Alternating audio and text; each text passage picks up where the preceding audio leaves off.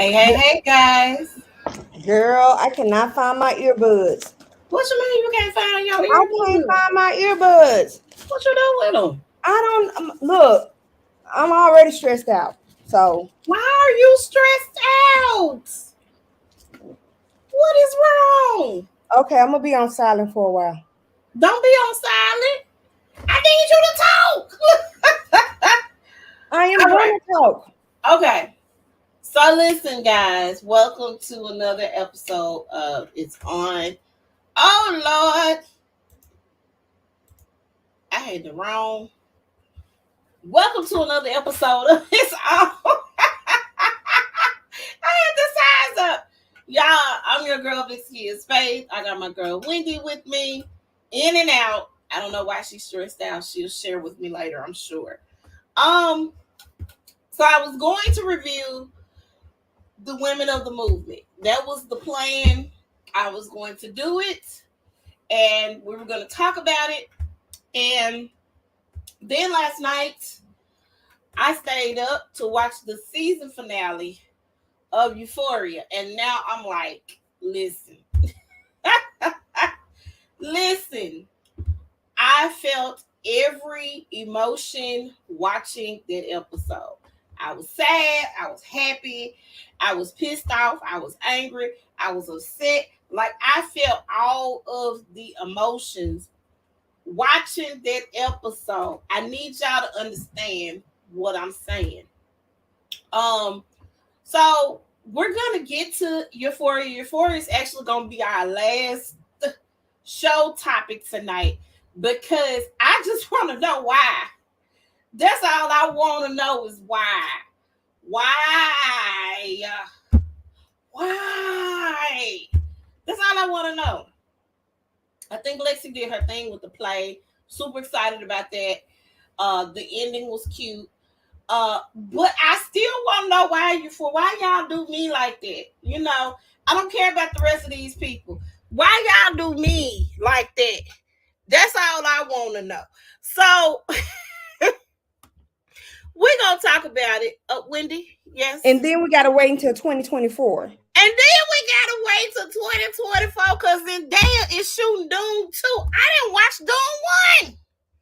I love Zendaya.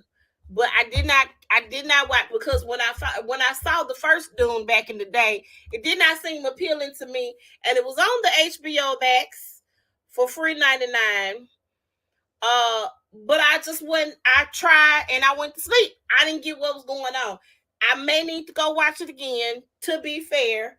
But I didn't like the first Dune. It wasn't the first Dune that came out like in the 80s, it wasn't good. Literally was not good. And they decided we're gonna remake this movie and see where it goes. And they got a part 2 to it. Who does that? They do, I guess. I'm not mad at Zendaya for making her coins. I'm Hollywood. not. That's who do it. Hollywood. Huh? Excuse my hair, y'all. Excuse my hair. I've been Ain't doing no my wrong with your son's head, hair. girl. Look at Some my of them hands. fine. My hands are pruny. They're who? I see they're pruny. Like I've been in the bathroom for the Oh, bathtub for like hours. My hands look like the crypt keeper. not the crib keeper, friend. Okay, so we're gonna get into this in a minute. Let's get on to our next slide. We're gonna get into our shows. Hello, Roberta. Thank you for joining us. Hi, Yay! Roberta. Hey, I Hi, haven't girl. like forever. We Oh missed you, my god, girl. I know.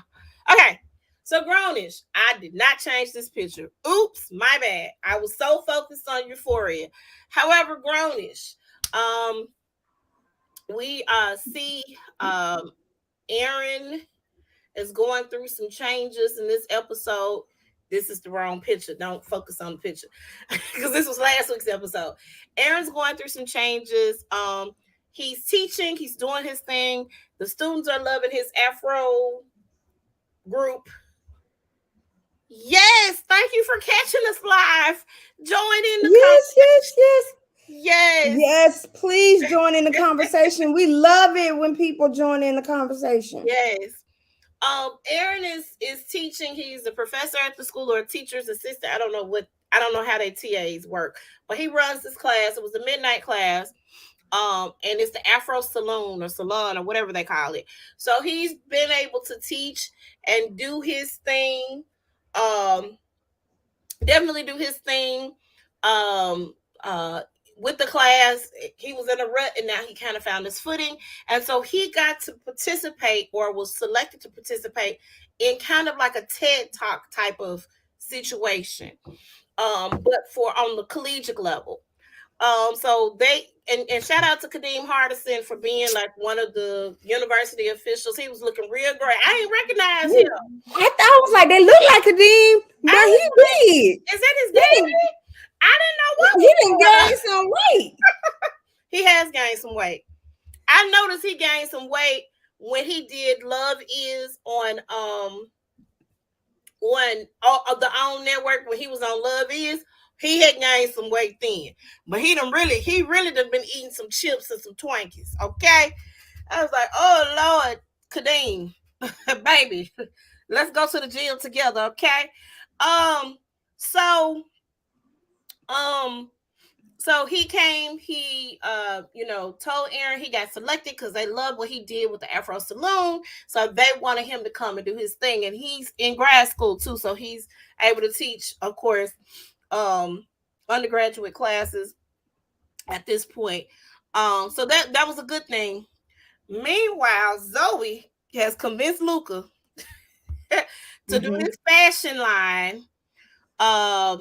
They wanted to show to another artist. I can't remember the artist's name right now. No, I'm not saying it looks bad on him. I'm just saying he don't look different. He don't look different. He don't look like Dwayne. Like they saying the right Dwayne. Okay. So, Zoe has convinced Luca to put together this line in 3 days, okay, for Tyler the Creator, and to be featured in Tyler the Creator's show store. Luca like, girl, I know you lying. I know you didn't do this. We got coffee. We gonna do it. So they motivating each other to get through it and get it done. They're working long hours, and what I thought was gonna happen happened. They end up kissing right before the people came to see the clothing line. Vivek has lost his job, and he hasn't told his roommates that he lost his job. So while is that baby's name Luna? Is that her name? What's her name? Luna and Anna. And Anna. Luna and Anna go to look at different law schools and in the area. They're doing this little tour and they drinking. They done put the drinks. Classic best man. They put the drinks in their liquor in a sippy cup. So they are taking the Uber all over town, and come to find out Vivek is the driver. So they thought Vivek was at work, and no, Vivek boss was trying to get him to sell him some drugs, and they didn't go over too well. So here we go. So he had to exit stage left because he had to tell HR the truth and let them know that, hey, I got a record, kind of sort of. So I'm really not supposed to be working here. So that happened. So they found out he's driving, so he's doing his thing. Meanwhile, Aaron is practicing his speech. They have like a little pre-recording to kind of get them acclimated to the situation. And Aaron's speech, his students are happy because some of the students came and showed up to watch the speech, but administration is not.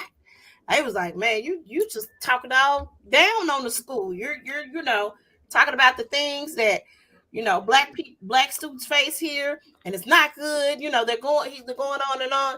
And so Aaron has a decision to make whether or not to do the speech that he wrote or to change his speech and do it the way administration wants him to do it. He decided to send one of his students to read his speech so that he wouldn't necessarily get reprimanded or in trouble for doing it, but he made a decision, and it brought him to a pivotal point where he decided that he was going to leave Cal U. Um, all in all, no master's degree, no teaching, no nothing. He really wants to be there for his students, but he had to roll. So the conversation he had with Charlie was enlightening. Everybody had different perspectives. His students thought he should have done his speech. Doug was like, "No, you got to get a seat at the table first." So that's the question I want to ask: is it better to go against the grain, or is it better to play along to get along until you get in a position to where you're able to affect change? That's a hard one. It's a It's very a hard. It all depends on the situation. mm-hmm. Now, with this, I would have just done what Kadeem Hardison said. Because that's the I'm wine. I'm sorry. not because that's the wine. The No, wine. just because, like you said, let him get your foot in the door first, and then see how your changes are making things done. So, girl, my hair's doing all kinds of crazy stuff. So you think that, I don't know, because in today's climate, I feel like more and more people are standing up for themselves. You know what I'm Yep. saying? More so than back in the day. I really really admire people in the civil rights movement, but I really think that a lot of situations, I felt like if they banded together to do a takeover, if you will, they probably would have won. You know what I'm saying? Like, Mm-hmm. I just don't know. You think about those things, and in the back of my head, like, why you ain't just ain't slapped that white man?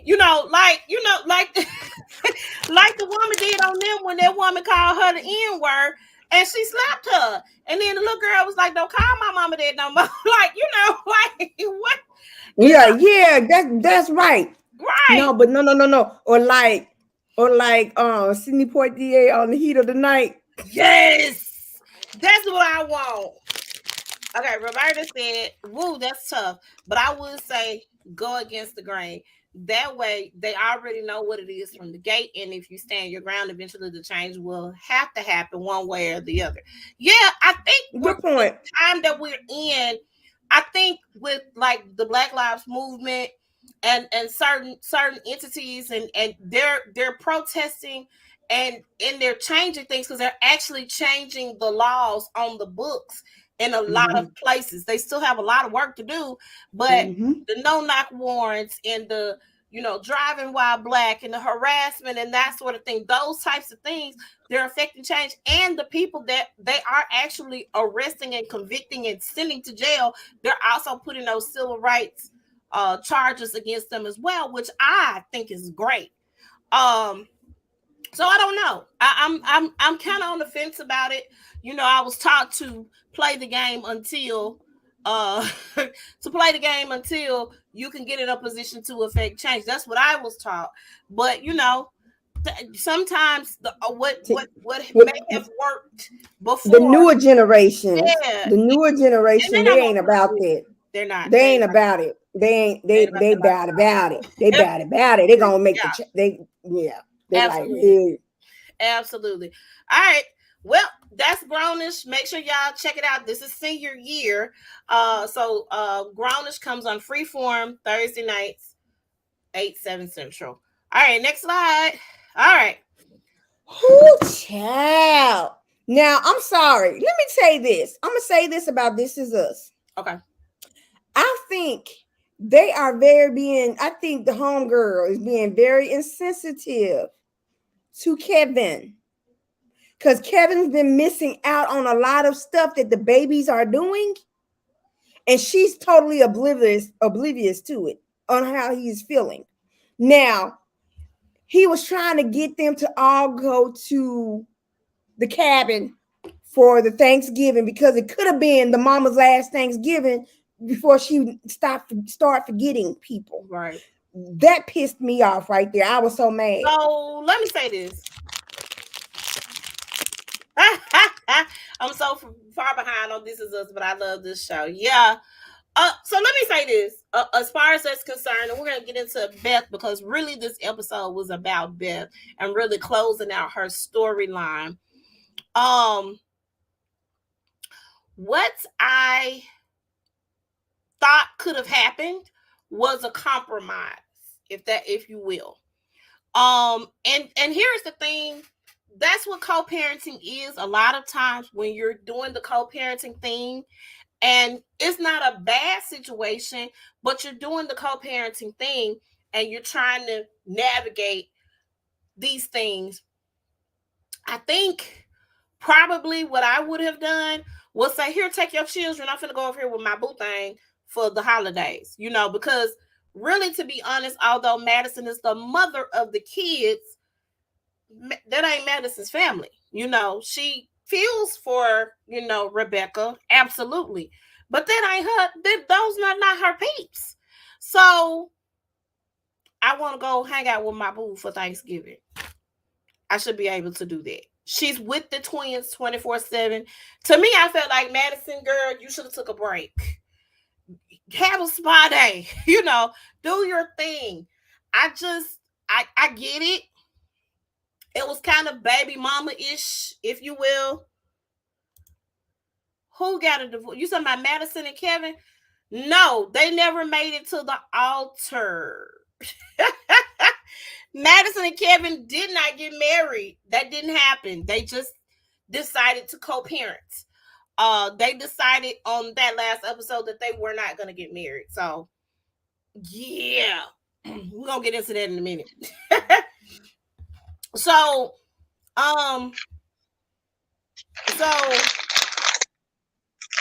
what I took away from this was Beth actually going back and getting back into her passion.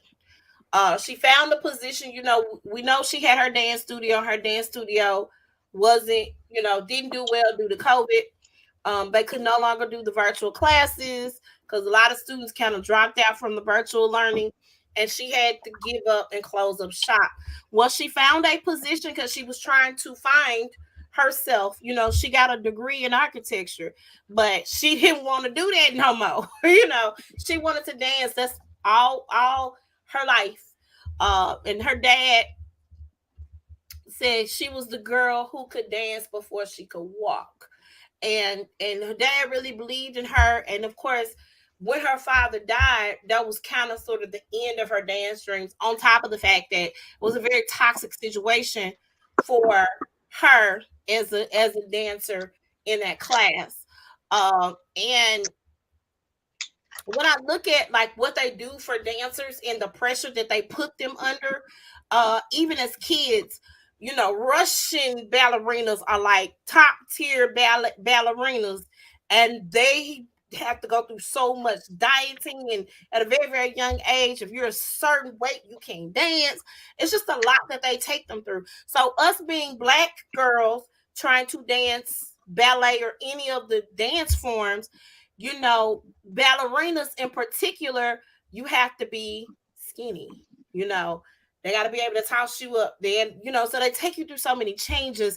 And we got hips and butts and breasts and all this stuff.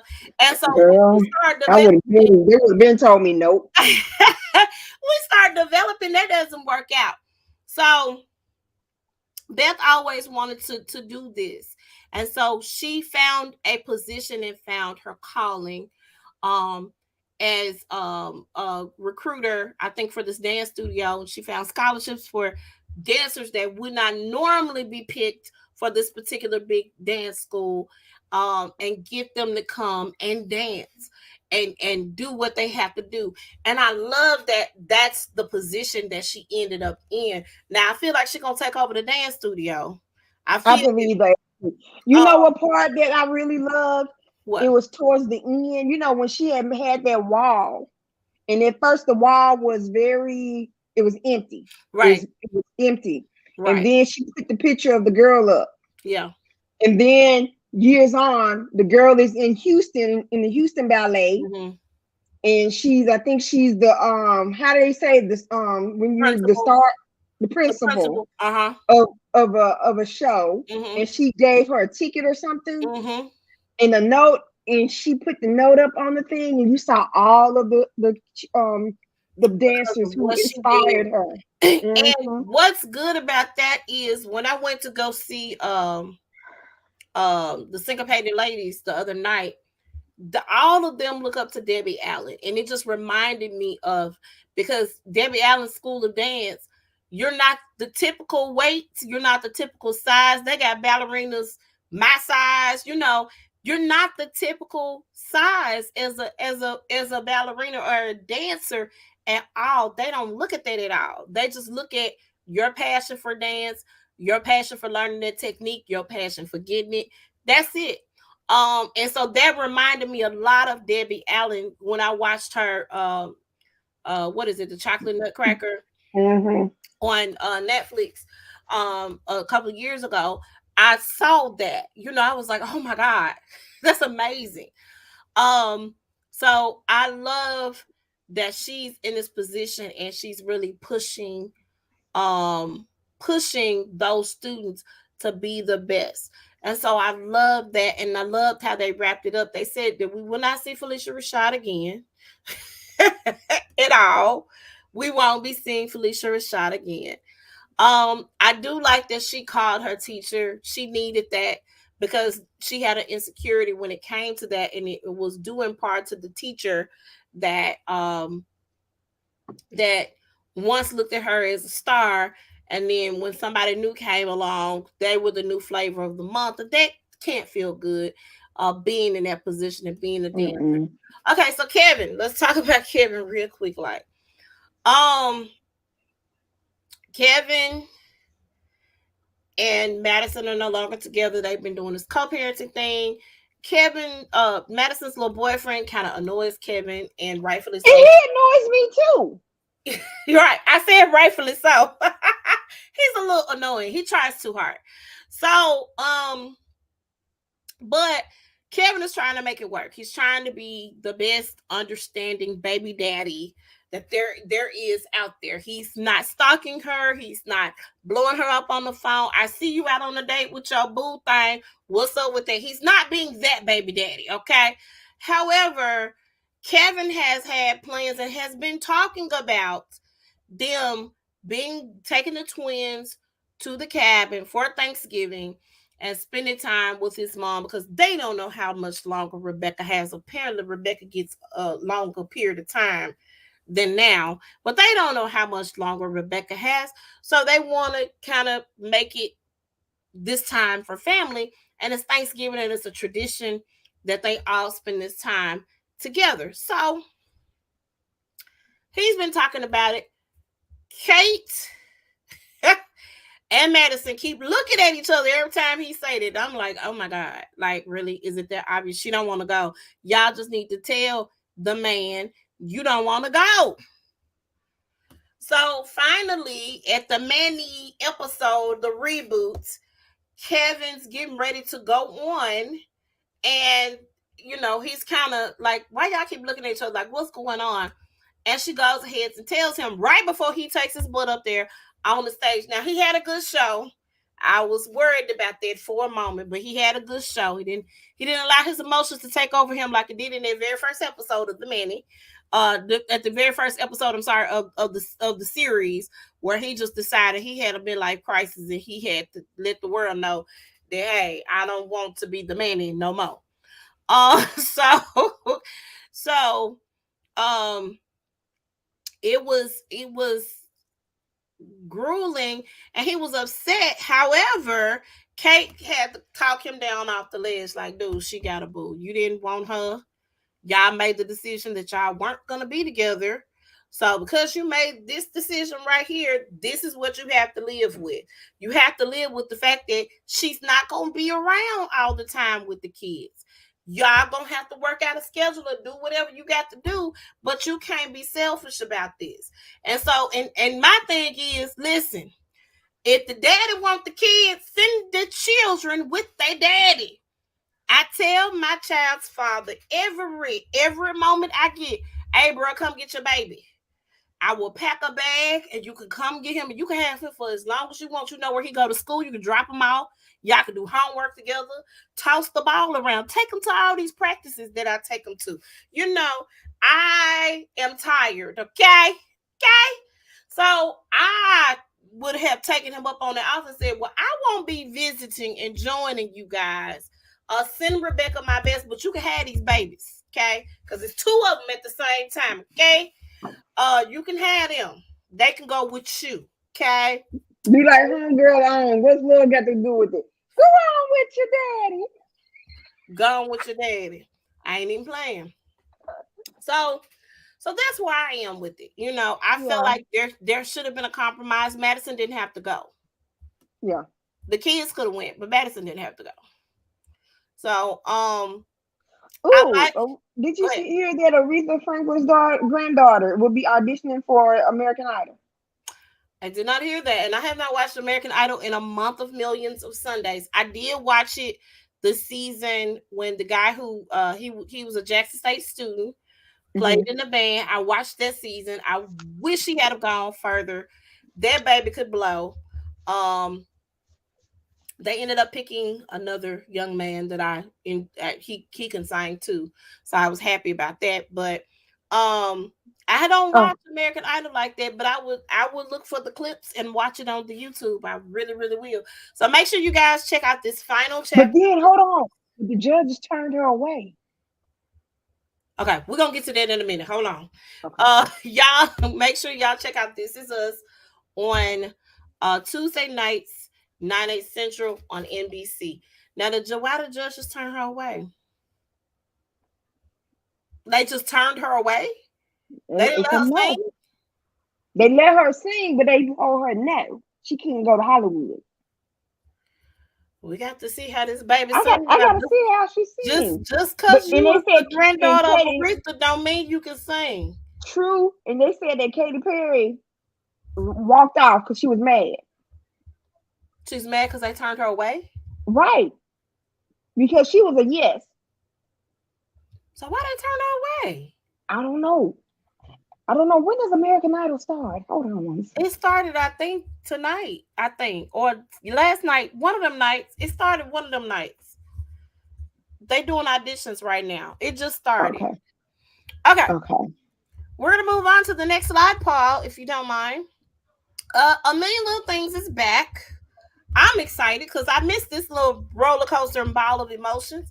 I got to check out the latest episode that just aired this past Wednesday on ABC.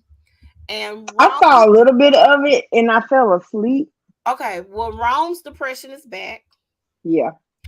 And it's hitting him pretty hard, but not so hard to where he's thinking about hurting himself. But what's this baby's name right here in the wheelchair? Eddie. You know, he called what's Rome's wife's name? I know it. I promise I do. I'm so Renee something. Is it Renee? Regina. Call Regina. I know. Regina called. You're here with me. Regina called Eddie and told Eddie, hey, get your boy. Okay. I know he laid back in that bed when he told me he was gonna get up. So go on to the house and get him in. He had to get in the bed and spoon with him before he decided to get up. So they did the Uber tour of the city. Seemed like they had to go all the way to the airport, and the airport was like 52 minutes away from where they were. They had a ball. He got to the pool where he does the training with the other guy that has lost his mobility. He gave him the pool for the day. And he was saying, nope, we're not ready for the next slide, Paul. We're not ready. Go back. Thank you. And he was saying he was envisioning himself on the beach sipping the fruity drink with the umbrella in it. So Sophie set this up for them at the pool. Eddie got in the pool and swam after, Rome decided to try to dump him in the pool. I'm hoping that Rome does get the help that he needs, because it's a bad thing to be stuck in a depression. And a lot of times when you go through depression, it's not something that goes away on its own. You may need a little help. You might need a little medication. You might need a little prayer and supplication, whatever you need to get past that. But that because his friend was there for him and had his back and made sure he had a good day, that was something. Regina had to deal with her friend that she told, not on purpose, but accidentally told them that she was a former convicted felon. It was hard for her to get a job. Regina was very, very sorry. She left the set. She brought her the last paycheck. She said, "You don't owe me no money because I didn't work the end of it." She said, "Don't worry about it. It was my fault you didn't work it. So here you go. Have Eddie House. That's your check." And they got into some things, and she found out exactly what the young lady did. She started skimming the credit card fraud, just to get money, to help take care of her daughter. Just a lot, and she kind of got dealt a bad hand after that. It was like thing after thing continued to happen from that one thing and spiraled out of control. I think Regina's going to end up helping her. I don't know how. Maybe Regina's going to do the catering and make sure she always has a job. I'm not sure how that's going to work out just yet. And then, oh, Maggie Bloom. Maggie, and I think Maggie and Gary is gonna end up back together. I don't care what nobody say, they're gonna end up back together. So Maggie has Gary driving her all the way to Albany to talk to this lady who's been sending her these threatening messages, called into the show, said she was a fraud, a fake, that sort of thing. So we know exactly the entire story of what happened with the young man who took his own life. So the young man that took his life was already depressed because his brother died. His brother had a autoimmune deficiency or autoimmune disease, rather, that there was nothing that the doctors could do. Um, so because of that, he started. His mom decided. He sure do. His mama decided to his mom decided to get him help, and he was one of Maggie's first customers at a private practice. And she it got really real. This was around the time when Maggie first found out that she had cancer. That was the other thing. And she was just kind of going through a gamut of emotions. The little boy kissed her. He wasn't a little boy, he was like a teenager, young man. Kissed her. She stopped him, but she never told anybody. She tried to get him help. She referred him to another therapist. He wouldn't talk to her because she kind of just rejected him, but not in a bad way, in a way that this ain't appropriate, homie. I'm your therapist. Um, and he ended up, a lot was going on with him, and he ended up taking his life. She made the decision not to talk to the mom though, and Gary took her back home, and she did this very good radio. She did a show on the radio at the radio station, just kind of talking about being depressed and going through hurt and pain. And it helped a lot of people because a lot of people did listen. Of course, she professed her love to Gary on air, but the boyfriend thought she was talking about him. Um, the boyfriend faked the injury so he could come and be there with her while she was on the radio. So I thought that was cute, but you ain't the one. It's Gary and Maggie forever. They gonna end up back together. I'm sorry. Oh, by the way, I don't think so. they're gonna end up back together. Mm. Catherine is officially digging in the lady pond. Officially. Officially in the lady pond. A unique story with the classmate from high school that, the classmate asked her out to a dance. She turned the classmate down. But she kind of knew what was up after the class. I was like, no, I'm serious. I want to go with you as my date, not as a friend, because she was waiting on some boy to ask her. And she kind of turned her down. It was never the same, but they were like best friends. Um, it they never talked to each other again after graduations. She found out that this girl is like this big bad tattoo artists, all the famous people come in and get tattoos in Boston from her, that sort of thing. She went to go see her, and of course, like I said, I guess it's going to be her new boo thing. Um, a million little things. Check them out. Wednesdays, ABC 10/9 Central. I think that's the last show of that little lineup on Wednesdays on ABC. Make sure y'all check it out. All right, now you can go to the next slide. Thank you, Paul. All right. Woo, yeah.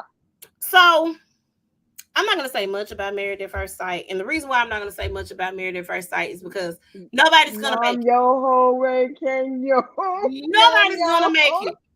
They're all are going to be divorced. If they say yes, they're gonna be like the last season. Nobody's gonna make it.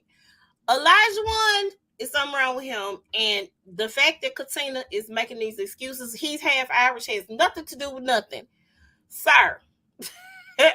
He ain't never dated a black girl. Never dated a black girl.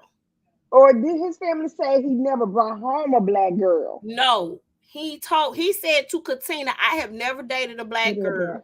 Okay. He said that to her friends and family. I have never dated a black girl. That is what was said. Okay? Right? Never dated a black girl. It's a problem, and it's going to be a problem for him because he's used to certain things. Now I understand why he wants a home-cooked meal when he gets home. He wants everybody to fix him breakfast, lunch, and dinner. I understand that now. I get it. Steve and Noy. Steve needs a job. Noy doesn't feel confident. Maybe he needs to show her his savings account because he claims he has money saved up. Again, I mean, look, okay. Sometimes some people got to get out of the norm of thinking of the norm of you have to be at somebody's job. You ain't got to be at nobody's job. That ain't what I said. I said he needs a job. I didn't say he had to be at somebody's job. So I said he needs a job. So is he not freelancing?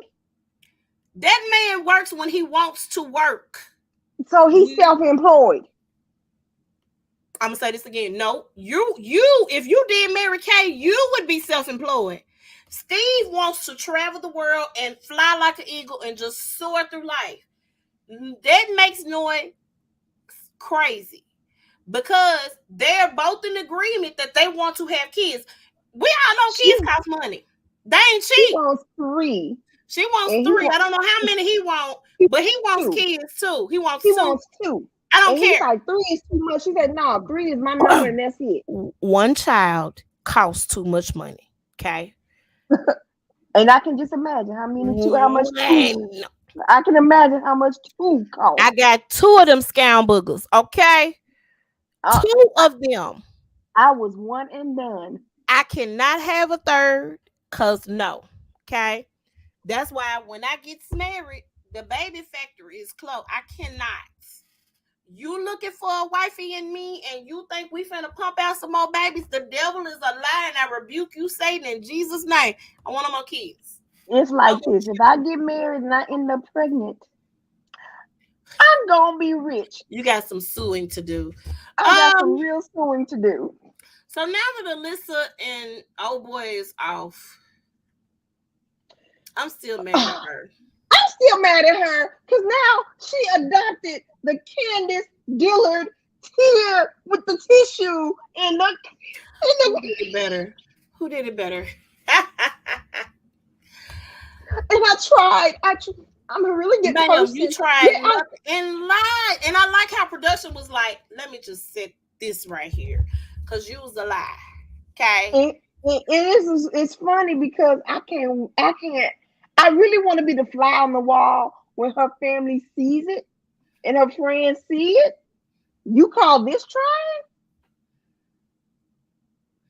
That man said, the whole it was when the producer said, lady, this show is called Married at First Sight. Nice at first sight. Girl, yes, producer. Girl, the way I hollered.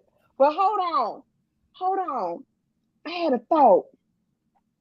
But go ahead and talk. Keep your thought. Michael and Jasmina. Now I know what I was about to say.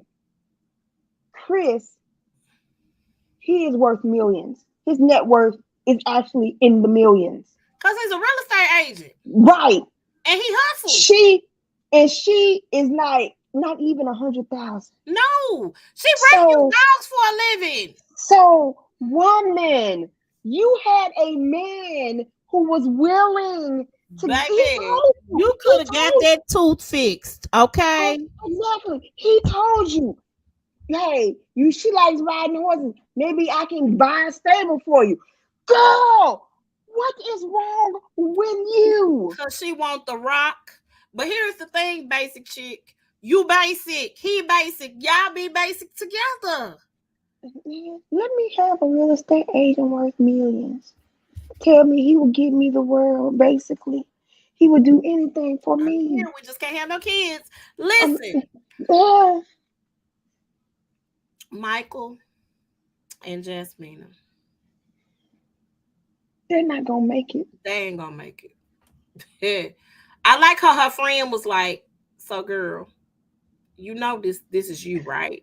But hold on. Why are you trying to get advice from somebody who's engaged for 8 years? Well, hold on. That's a relationship.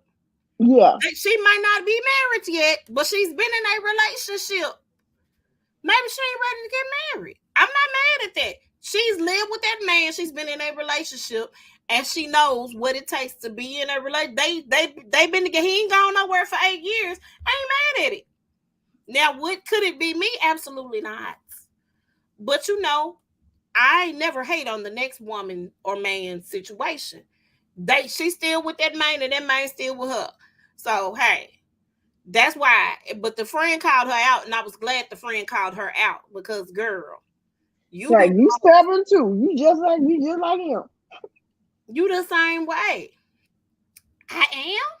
Yes, you are, babe. You absolutely are. That's that island in her.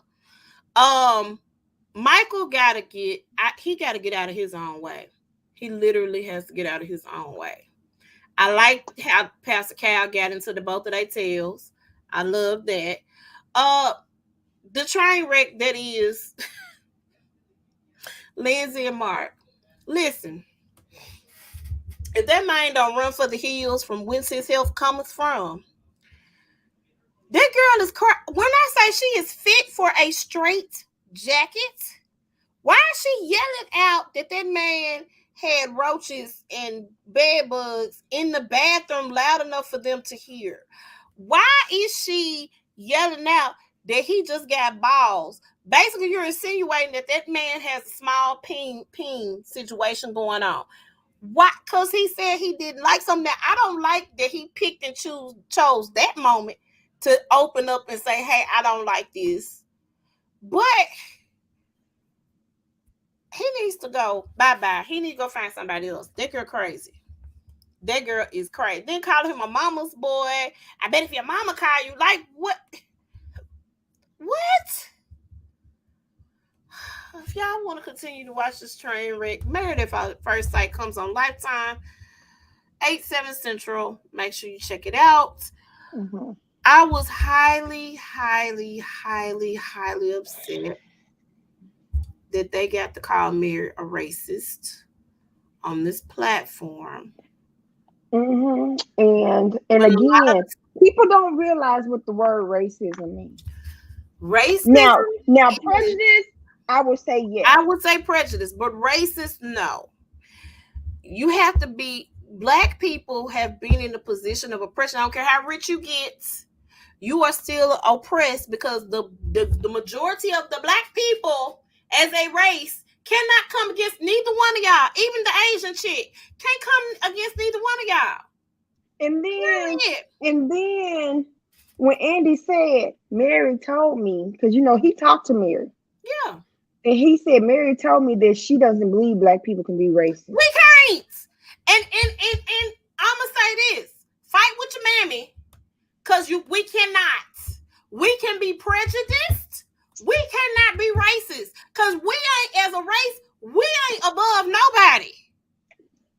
And we do not exclude a certain race of people from getting ahead or doing things. That's what because I'm of their talking about. race. That's what I'm talking about with the oppression. We are oppressed as a race to the point to where when we try to come up, only one or two of us can excel and do what we need to do and get to where we need to be. It can't be all us as a whole. Do you get what I'm saying? Oppression. It's sad. It's only one black person that was on this show. One. Y'all put an Asian chick on there because she was Lisa's friend. Now, I like how everybody's getting Lisa's tail. I'm loving that because I'm not a Lisa Barlow fan. I'm not a Lisa Barlow fan at all. But let me tell you something. The polygamous cousins getting on my nerves. They are getting on my nerves. But I was highly disappointed that Andy allowed them women to say that on this platform, and Mary's not there to defend herself. That was not cool. Mary's not there to defend herself. And they're going to talk about Mary further. Mary is not there to defend herself. Move on and talk about the other heifers on the couch. Mary ain't there. Mary is not there. Now, what I want to see Andy do, this would be a redeemable quality for me if Andy does a separate thing with Mary where he has a conversation, could be an interview, could be whatever. She can go and watch What Happens Live. You ask her all them questions because they had things to say. And she told the girls that what the things that were being said was not the truth. Let me also say this. Let me also put this out here. Black churches as a whole, we put our pastors up on a pedestal as a whole across the board. What pastor said, pastors, I don't know how many people in the hood that ain't got no money that I hear say pastor, pastor, pastor, pastor, pastor, pastor. That's every we don't go as a people, we don't normally go and read the good book for ourselves. Pastor said, pastor said, pastor so-and-so said, pastor such and such said, pastor. That's what we do in the black community, in churches as a whole. These heifers ain't never been to no black church, not for real. Normally, that is the model that is set up. We put the pastors and their wives on a pedestal. That's what happens in black churches. They do it at the white churches too. They just don't do it like we do it. Then to call Mary a cult, her church a cult. And do I think it's weird how they deal with her? Yes, it's weird. But it's not something that I have not seen before. We got Frank Ray right here in the city of Memphis. If we want to get technical, y'all are part of the Mormon religion that is, come on. Come on now. Come on. I can't get behind it. I can't get with it. I don't like it. Don't like it at all. I'm going to keep watching this train wreck, but they're going to have to do some. I need y'all to get on in Lisa's tail. Y'all started off on a good foot. And I need him to ask those hard-hitting questions. I think he let Erica Girardi off the hook because I watched that reunion just so I could see the girl was going to answer the questions. I think he let her off the hook. I need him to get into Jen's behind because I think Jen is on her way to the pen. Okay. Stewart, everybody around her done accepted a plea deal. Okay. I feel like you fighting it, you gonna be the one that's crucified to the cross. Care what nobody say. Check out the part 2 of the reunion of Real Housewives of Salt Lake City. Sunday, 8/7 Central on Bravo. Next slide, Paul. Next slide. Y'all excuse me, I'm hungry. I'm hungry too. All right. Here we go. Let me tell y'all something. Oh yeah, hold on. It has been confirmed that Mary Cosby will not be a housewife on season 3. Oh, we know that. Well, it was talks that she was still going to be a housewife. No, she not doing it. Andy said he hadn't fired her. Andy did say he hadn't fired her, but I don't think. Of course, he knows she's good for the show. She is hilarious, baby. She is hilarious. She's really good TV. I'm sorry.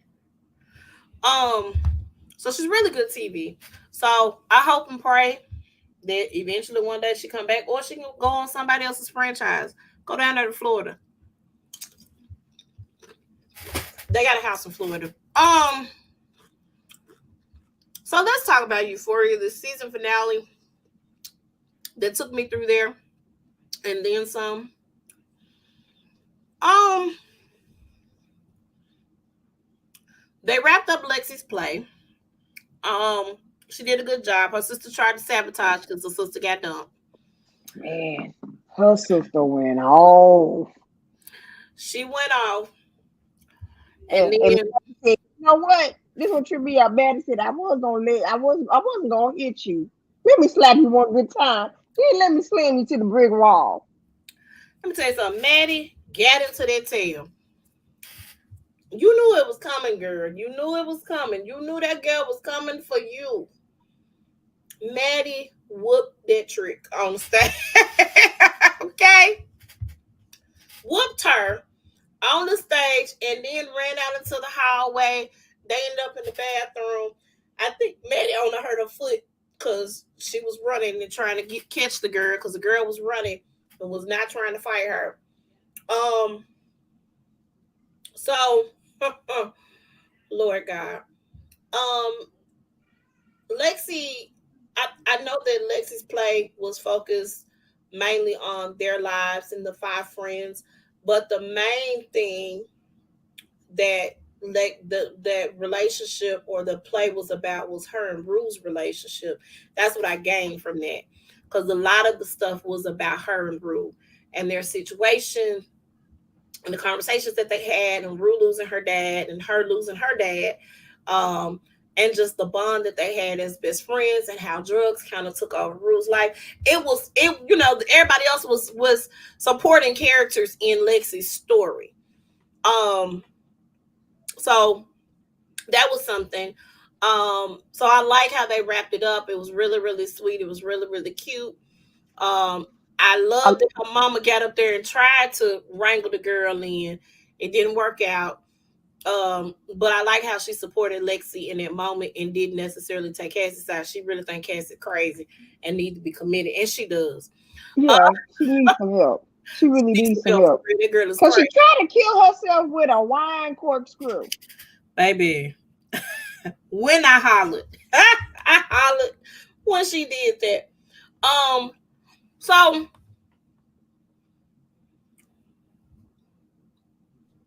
um, Nate left the play, of course, upset and angry. He's driving down the street in his truck as he always does, drinking and driving.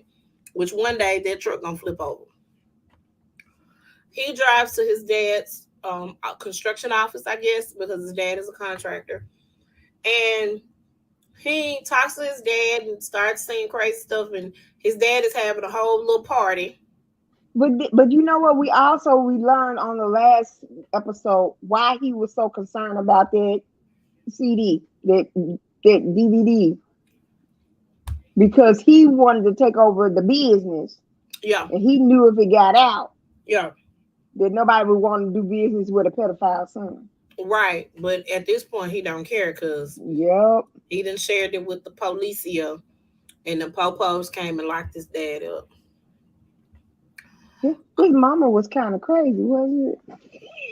All of them folk is crazy. All I of them was is like, crazy. It's not one oh, sane person on this show. I think Fezco might be the sanest person on the show. Him and Ashtray. Oh, Ashtray. Look, okay. Did he die? baby, they shot that baby in the head. Okay, I didn't see that part. They shot that baby because he was shooting them folk. That man was a DC sniper up in this junk. Do you understand me? He was shooting them folk left and right. Cause I heard.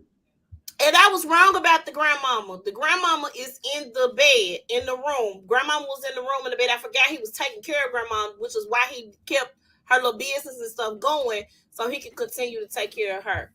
Yeah, just warm it up, melted. Thank you. Um, so yeah. So grandma is there, but she is in the bed. Did they kill Um, her? huh? Did they shoot her up? Now, girlfriend, not a bullet touched her. I'm gonna tell you that right now. She was in the bed, just being in the bed. Um, so first of all, I love Ashtray and I love how he's ride or die. Ashtray screwed this up all the way. Dude had the recording. He had it on the phone. I thought he was wearing a wire, but he had his phone on. Maybe they had a tap on his phone or something, where they could listen to what was going on while he's trying to snitch. Now, hold on, I'm confused. Did they actually kill Mouse, or did the other dude kill? I feel like the other dude killed Mouse. Did Ashtray kill Mouse? No, Fresco. Fresco actually killed Mouse. He slit him with the blade. What did Mouse do? I'm trying to remember what Mouse did. Now he was trying to get them to confess stuff. Mouse yes, he was on the couch. No, that ain't Mouse. Okay. I don't know what that dude's name is. I'm just gonna say crackhead. But Mouse was the one. I know Fezco didn't slit his throat. Ashtray put the get him with the knife. That's what happened. And then Fezco just held his hand over his mouth and was telling him to be quiet, because the girlfriend was like, and I don't know why that heifer didn't say nothing before then. That man told you what was going to go down, and you didn't say nothing until the last minute. That's what I was pissed off about. I was mad at her. Why you ain't say nothing? You knew the dude was trying to set Fez up. I'm trying to see who killed Mouse, so I feel like the other crazy dude did. So he was gonna snitch on Fezco. Ashtray knew something was up. Ashtray stabbed that man in the neck. And that was it for homeboy, because Ashtray made sure he did what he was supposed to do. So then Fez trying to figure it out. He's upset, he's pissed off, he's angry because his little brother done did the do. And he's telling Ashtray, listen, you 12. What you're not about to do is you're not about to take the fall for this. I'm going to take the fall for this. I did it, okay? So I need you to leave. I need you to go bye-bye. I need you to go on about your business. Get away from here before the police come, because they on their way, because man had them on the phone. So little boy said, no, I'm ready to die, okay? And he died. I'm missing you. I'll find a way to. I'm thinking about setting it off. He was Frankie. Oh, or Cleo. Frankie and Cleo together. Mine. Oh, I'm sorry. And Cleo, he was Cleo. That's who I was thinking about. That's who he was. Okay. So that baby took all the guns they had in their house, and he took them in the bathroom, and he got in the bathtub. Fezco's like, please don't shoot. There's a kid in there. The kid started shooting. Them folks was like, hold on, partner. You shooting at me. That baby pretended to be shot, laid down. He kind of was. I think they did get him in the leg. Laid down on the ground. The dude opened the door. He's down. All of a sudden, he just started going out. Pop, pop, pop, pop, pop. They got that baby. And they shot that baby in the head. And that was it for Ashtray. Ashtray gone. Fez, I don't know how Fez gonna deal with this, because that was his baby brother. You know, not biologically, but that was his baby brother. And he probably wanted more for Ashtray, but this is all that they have ever known. Because, you dealt a bad hand. His dad was crazy. Mama didn't want him. Grandma raised him. Grandmama was real hood and ratchet. This is all he's ever known. So, I felt for him. I hate that, Fez and Lexi's story could not progress further than what it was. But I hate that for him. I do. Taking care of his grandma, taking care of the baby, doing that thing. I hate that. I do. And Ashtray, my boy. He's my boy. So the gamut of emotions now. She talked to Elliot. He apologized. She forgave him, accepted his apology, all that good stuff. He was like, can we be friends? And she's like, I don't know, because, I'm trying to be clean. You still on the drugs. Um, and she talked about how she would stay clean throughout the whole school year, which means Ruth about to be with the stuff on the next season. I can already tell. And then she has a conversation with Jules. And gave her the goodbye forehead kiss. Yes, and that was all, folks. Cause I didn't like her for Jules anyway. I didn't like Jules for her anyway. Um, at first I thought it was cute, and then all of a sudden Jules, is being Jules, and she's playing with her and toying with her, and that's not good for her sobriety. I don't believe. Just my thought process.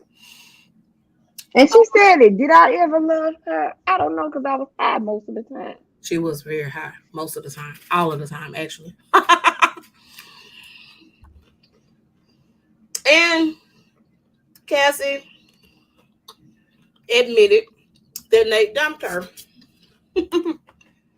right before she acted the whole fool in front of the whole school.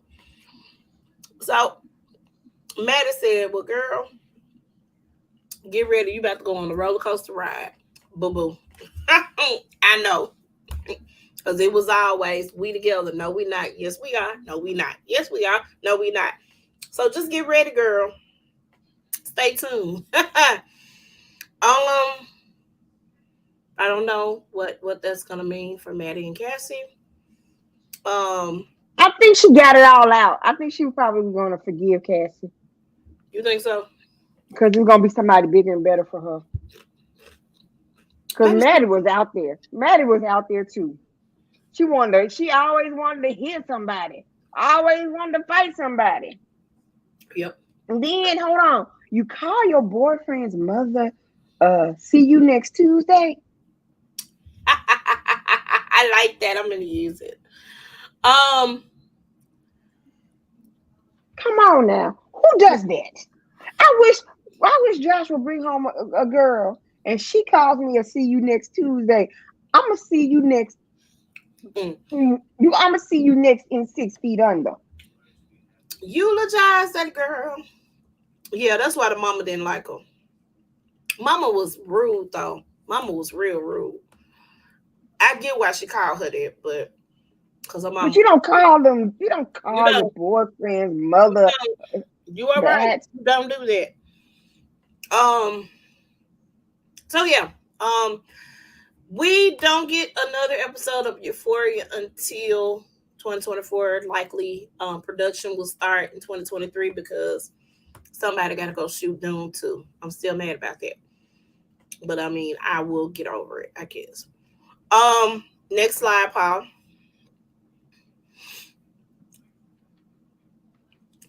So in Euphoria news, because that was part of the news that I was going to give, Oh. there Okay. were rumors that um there had been like um not unsafe, but very long hours, grueling hours that they were spending shooting the episodes. There was some complaints. Jacob L. Lordy, I think I'm pronouncing his name right, who plays Nate, said, hey, I signed up to be an actor. I know what the hours are. I know, when I signed up to be one, I knew that it took hard work. I knew that it took the dedication and the long hours. So I'm here for it. And I know that it makes me better. And a lot of people are stopping me everywhere I go. And like, I believe you, man. You crazy for real? I seen you play something else, so you weren't so crazy in that. But they get it. They get, the character that I'm portraying. He said, the time that I spend, the writer and creator Sam Levinson spends double their time, and Zendaya spends triple their time because they have to really work on doing this and bringing these characters to life. There were some rumors of a tiff between the young lady who plays Cat. Her name is Barbie Fieri. Can't pronounce her last name. Poor baby. But she and Sam Levinson got into it. They said that she walked off the set a few times. which is why they didn't really delve into her character this season. Just a lot of different things that kind of went awry, according to rumors. Not sure if she's even coming back. Everybody is set to come back for season 3. They may be bringing some new characters in the mix, but not sure again if that baby is coming back to reprise her role as Cat. So we'll see. We'll see what happens. My boo is gone. Ashtray gone, y'all. I can't. I cannot. The father, Nate's father, is going to jail. I don't know how this is gonna turn out, but he got everything on the flash drive for the people to see. So he is going to be going to jail. Don't know how long, but and maybe Nate has figured out a way to take over the family business. I don't know, but you know, all in all, this is where we are. But you know what tripped me out? What? How these people cursing in front of their mamas. Listen, let me tell you something. And I'm like, hold on. Is that a cuss word? I promise you, to this day, I'm gonna be dead. Y'all gonna be at my funeral. I don't think y'all understand or know. Not funeral, fume. My funeral. You're gonna be at the funeral. But okay? it's the rumor that the person that plays Ashtray is wanting to try out for the Olympics. I don't know what sport. For the Summer Olympics. Well, maybe that's why they killed that baby off. Right. I'm gonna have to get more of that information, but I allegedly heard that. I love him. I want him back. Okay. Next slide, Paul. I'm about to eat me something too. I'm hungry. I'm sorry. So hungry. Oh, Bridgerton is coming on March the 25th, and I cannot wait. And I'm counting down. I am counting down. But Lady Whistledown, who was revealed to be one of my favorite shows. Yes. They are going to kind of show us in the new season kind of her process. How she does things, how she gets the issues out, the whole process, how it works. So they're gonna delve a little bit more into her, Lady Whistledown. So this is gonna be interesting. Now, I don't know if anybody's gonna figure her out. I know it was revealed to us who she was, and I'm interested in seeing how they're going to bring her back into the fold because, as you know, they lost everything due to her crazy daddy, and then daddy done died. They ain't got no money. ABCDF. But did we know that the dad died? We don't. They just said that he had died. I think he died. Unless they done sold him off to slavery, I think he died. I think they killed the daddy. So unless her mother marries someone else, I don't know how this is gonna work out for them. But she got her own money because I'm sure these folks is paying for these editions of the Lady Whistledown edition for Bridgerton. I don't know, but I'm just saying I feel like she got her money because she get the editions printed and everything. So we're gonna get to see that. And of course we'll see another one of the Bridgertons children find love. And this season is gonna focus on Anthony. The eldest Bridgerton. The eldest and the Viscount. And then we're going to also see what the dad looks like because I think they're going to do flashbacks when the dad was alive. Oh, the dad, that would be nice to see that. So I can't wait. I would love if Reggae just, shows his face once. I want just once. Make a cameo appearance. I'm just saying. Chandra, do something, Chandra. Make that happen. I just want to see him again. Let him play. Let us see us playing with the little boy. Or something, I'm just saying. So hopefully and prayerfully that happens. But Bridgerton will premiere on Netflix on March the 25th. Make sure y'all tune in. All right, next slide, Paul. I want to go home. I'm at home. All right, so I love these two comedies. The Neighborhood and Bob Hart's Abishola. Really, really good comedies on CBS. And I love it. I dig it so much. They're gonna have a crossover episode on March the 14th, so I'm definitely gonna make sure that I check it out because I always Okay. watch them. I kind of let a couple of episodes build up so I can continue and watch and laugh. It's very, very funny. I love it. Cedric the Entertainer. Um, what's that baby's name? I want to call her Pam, but that ain't her name. Tashina Arnold. Sheena Arnold. They do such a good job of just playing this old married couple that's hip and they got these two sons that are hilarious, and then they got these crazy neighbors that live next door to them. My guy from New Girl is on there. Go ahead. Okay, Tashina Arnold did a TikTok Oh where she God. did the drop it with the Beyonce challenge. Give me Mhm. the Oh yeah, on the set, on the set of their show. and she Yeah, had them high boots on, and at the end she bent down and said, "Look at her," and she was like, "Oh, hey," yeah. I thought that was cute. I thought it was cute too. Hart's Abishola is about an African woman who marries a white man. And if you Cardinelli is his last name. I don't know his first name, but he was on Mike and Molly. I love that show. It was so funny. Um, Never saw it. you have never seen Mike and Molly?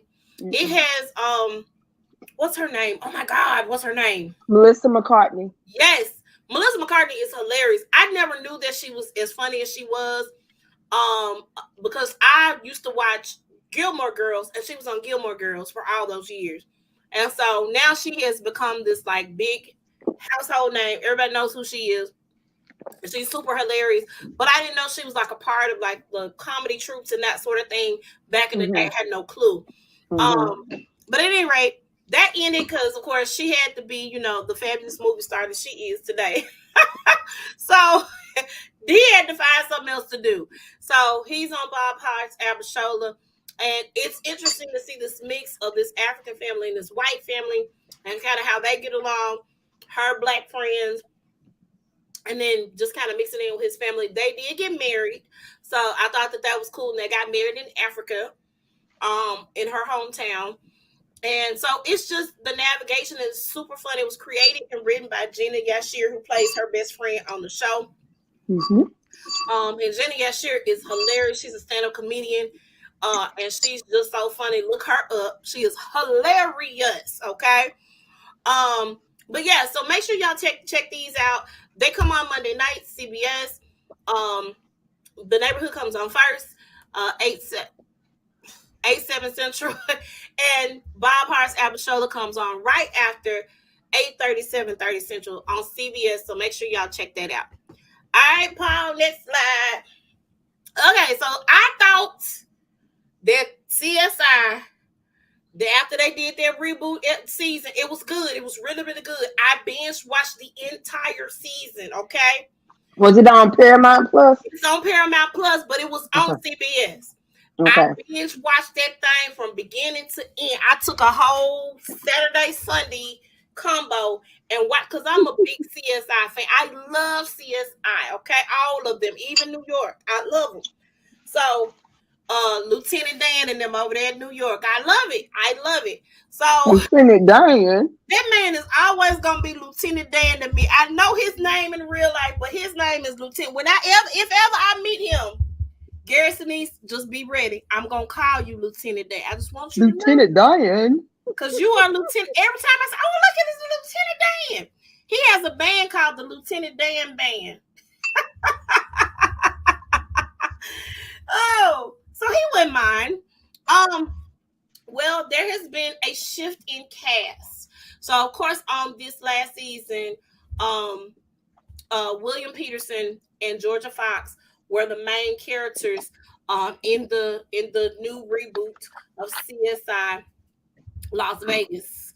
And now they're bringing Marge Helgenberger's character back. Now, of course, she was initially on All Rise.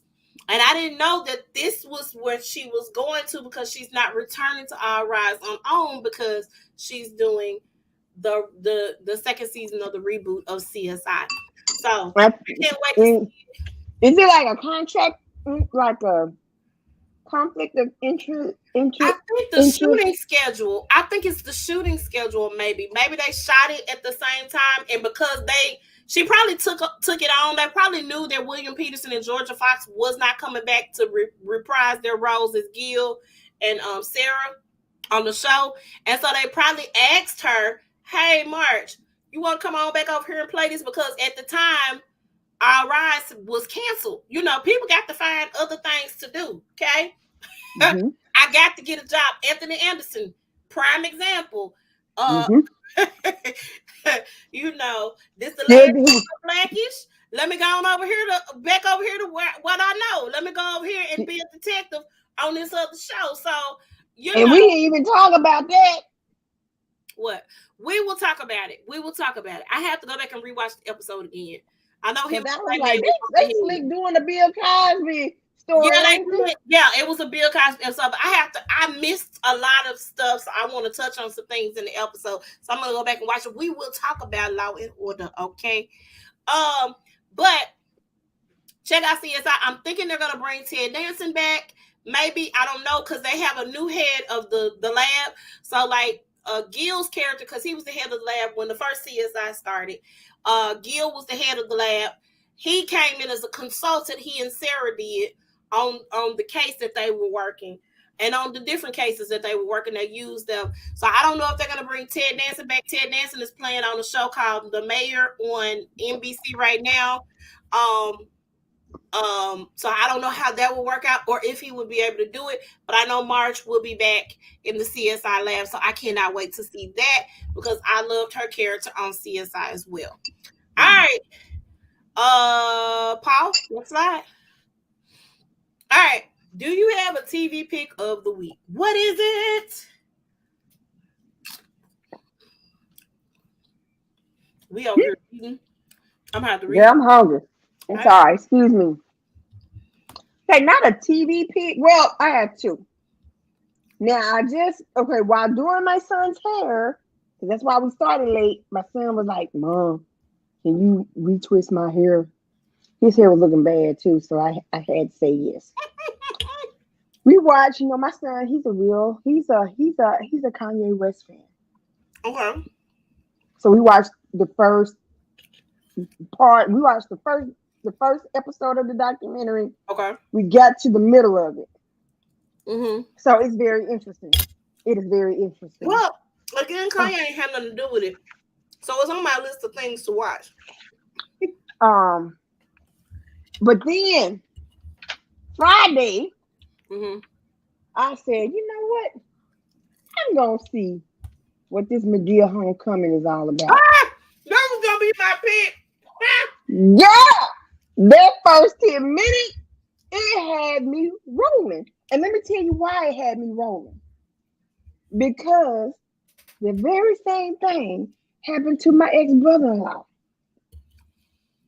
He set himself on fire. Yes. Whoosh. Too much. Yes. And it just had me cracking up. He only suffered like first degree burns. It wasn't the least one. Mm-hmm. Was it third degree burns or first degree? I don't know. And he kind of burnt his eyebrows. But other than that, you would never, if you saw him today, you would never know. But, we used to call him accident prone. Because my brother-in-law, he got electrocuted by trying to fix the dryer. I was there. It was the funniest. The incident with the grill. Almost burned himself again trying to deep fry turkey. Fell out of his mama's roof trying to fix the roof and hit a bushes of bees and got stung. Okay, wait a minute. Sir, being Bob the Builder is not in your future at all. And hold on. This is the brother-in-law that used to make the cakes with my sister. Okay. They had a wedding cake to deliver. He dropped the cake. No, he got into a wreck, but he was the only one that was in the wreck. No other cars. Flipped over. Wedding cake everywhere. Wedding cake everywhere. And my sister said when they had the tow truck going to drop where the car was, he was inside the car trying to get some stuff, and he didn't realize he was up high. So he slipped back and went down. That ain't funny, but it is.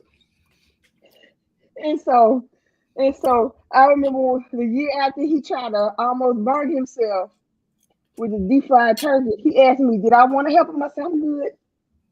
I'm good. What is I'm his good. day job? He works at the post office. I think he needs to keep that. He don't need to do none of that stuff you Let just told me. me tell you, his sister even called Tom Joyner morning show and said, Oh, brother. and told her brother said, who shouldn't barbecue? She said, my brother. He just burnt himself up trying to do the barbecue. But when they showed Mr. Brown and he putting all that lighter fluid, the That man was putting gasoline, gasoline and everything in there. I was like, I said, this is this going nigga to finna end burn up. badly. He And finna then burn up. he was actually on fire. That was some good graphics. That fool then- is crazy. But then when he was going to the car in the hearing, great. That man said, "Man, wrap up. Why you keep bending down? Nobody want to see that." Oh my god. I took your show pick. Huh? I took your show pick, girl. How many times you watched it? I watched it twice. Me too. I might watch it again tonight. And so it's something wrong with Tyler Perry. Now it's a couple of things he didn't get right. I'm gonna say that right now because I don't know no black woman that's gonna be okay with their best friend being with their husband. I don't care if they no longer with the husband or not, and they was already had to have been cheating before the divorce, and then she didn't take that nigga for what he was worth. Come on, girl. That's based off of one of his plays, wasn't it? Girl, which one? Because it seemed like all of them had a best friend that take the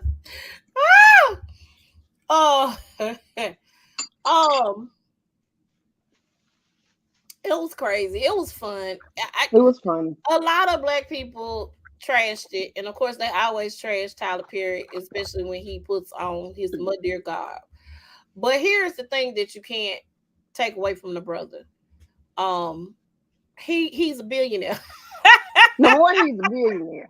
He a billionaire. And he even said he tell his son he's a big deal. He said, okay, can I play with my color? Right. The child don't care. He don't care. Typically the children don't.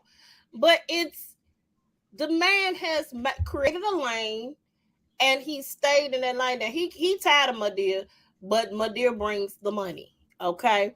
Let that man stay in his lane. Okay. Let him do what he do. The ending when he reenacts Beyonce Homecoming. When I tell you I hollered the whole time, I was hollering. I said, I wonder what Beyonce thinks. And he said she gave him his blessing. She had to have, in order for him to do that and to do all of that, she had to have given the blessing. But I'm just saying, did she holler and scream like I did? Because I was hollering the entire time. And then what was up with the white Madea? A lot of people didn't know that was a man. Yeah, I knew it was a man. I knew it was, but a lot of people didn't know it was a man. And when she said knickers, he said, you did not call me no nigga. Oh my God. I was like, y'all, listen. And then they got high. Her and Brown got high. That's what took me out. When her and Brown got high. And he was trying to fall off the roof, fly off the roof. I was like, Oh, Jesus. And I'm tripping off how Cora still calling him my Mr. Brown. I am your granddaddy. Well, that's her daddy. And she said, Daddy, it's my daddy. That is so funny. That man set them up like that. That is hilarious. Oh God. Well, if y'all haven't caught Muddy Homecoming, check it out. If you don't want to watch it, hey, it's on you. But I hollered, and I wasn't even drunk, and I hollered. It was funny. Okay. Um, that's it. That's all we got for you guys tonight. I don't know if I'm doing. I don't know if I'm gonna be in the Women of the Move next week. I'm going to review that show though, because it's important to talk about and have that discussion. And I think every parent that has a teenager, who has a young boy, who has anybody, because what happens with these situations is they erase our history when we don't know what happened, what's taking place, what's going on. You don't know. And I found out about Emmett Till. My mom had a lot of books for us to read growing up. And there was a book, because at the time I had decided I wanted to be a civil rights attorney. Uh, I probably should have kept on that path, but I was looking and became obsessed with all of these cases of lynchings and things that I was never taught in school. Um, and a lot of people have a complicated um, opinion about Black history, and you don't let people tell you what your history is, but they're not telling us anything about our history. You Because they know, don't want us to know. they don't want us to know about our history, so they're not really telling us about our history. There are white people that are writing these books about our history. These are Black people. I read slave journals and the story of Jane Pittman, and just different people. In now, I tired of the slave movie? I absolutely am. But let me say this, because I don't want to see us being enslaved. I don't want to see us in crazy stuff all the time. But here is the thing: it happened. Yeah. It happened.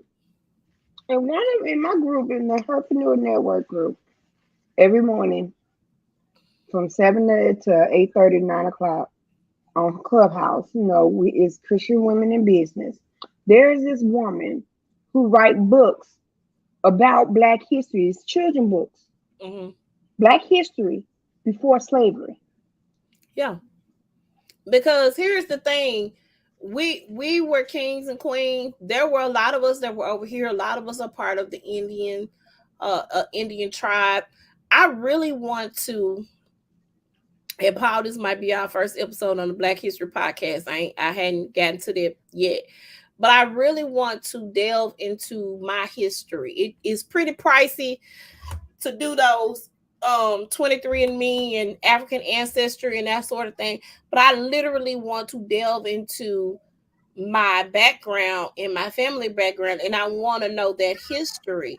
And I think everybody should be able to. One of my friends from high school, I interviewed him for Father's Day a couple of years ago when we were doing the Father's Day interviews, and he was telling me how he always knew he has an African name, but he was never really in touch with that part. So he didn't know like what tribe he came from or any of that. He didn't have any ancestors, direct descendants from that tribe that he could touch, but he did the African ancestry. And when he did it, they pinpointed the tribe. He got to go over to Nigeria. He took his kids and they spent time with the people of his tribe. I think that was so cool, to be Mm-hmm. able to delve into it and go do the background. Now, I heard some negative reviews of ancestry.com. I thought that was interesting to see those stories that people tell about the family members and doing that background. I would love to have like Henry Louis Gates. I know that would cost money, but hey, bro, I need to know where I'm from. I ain't famous enough, maybe. I don't know. But I like to know that, And I think everybody should know what their history is, because everybody's history is unique. Everybody didn't come over here on the boat. um a lot of people were free. The 12 years a slave, that happened. That man was free as the day is long. Okay. um but that's what they did, to us, and that's our history, and it's very complicated. And you know that's why I wasn't upset with what Whoopi Goldberg said. I wasn't upset with it because it was there was some truth to what she said. um and I don't like when people think that people are getting threatened by what people's opinions are, that sort of thing. And it wasn't a hurtful comment. You just got up in arms, just like y'all feel like we do whenever slavery is brought up. And that's my point. Your hurt ain't bigger than my hurt, if that makes sense. The Holocaust was very wrong. It was very evil. It was not right. But it was not just about Jewish people either. It was homosexuals that were affected by the Holocaust. Black people were affected by the Holocaust. There were a gamut of people, which is what she was meaning. It was against humanity, not just the Jews, but humanity as a whole, because there were different people who were affected by the Holocaust. So yeah, I definitely want to delve into that. I don't know where to start. I know I'm gonna have to have some money, but I would love to delve into it and to know what my background is. So, all right. Well, that's all we got. We'll talk to you guys next week. Y'all have a wonderful evening. It's 10 o'clock. Do you know where you're Yeah. going? He in your bed, and I better see him sleep. Oh, Lord. Okay. Well, y'all have a wonderful day. Catch us back here on Sunday, 3:45, I pray, for the size up. We'll see y'all then. All right, Bye. bye.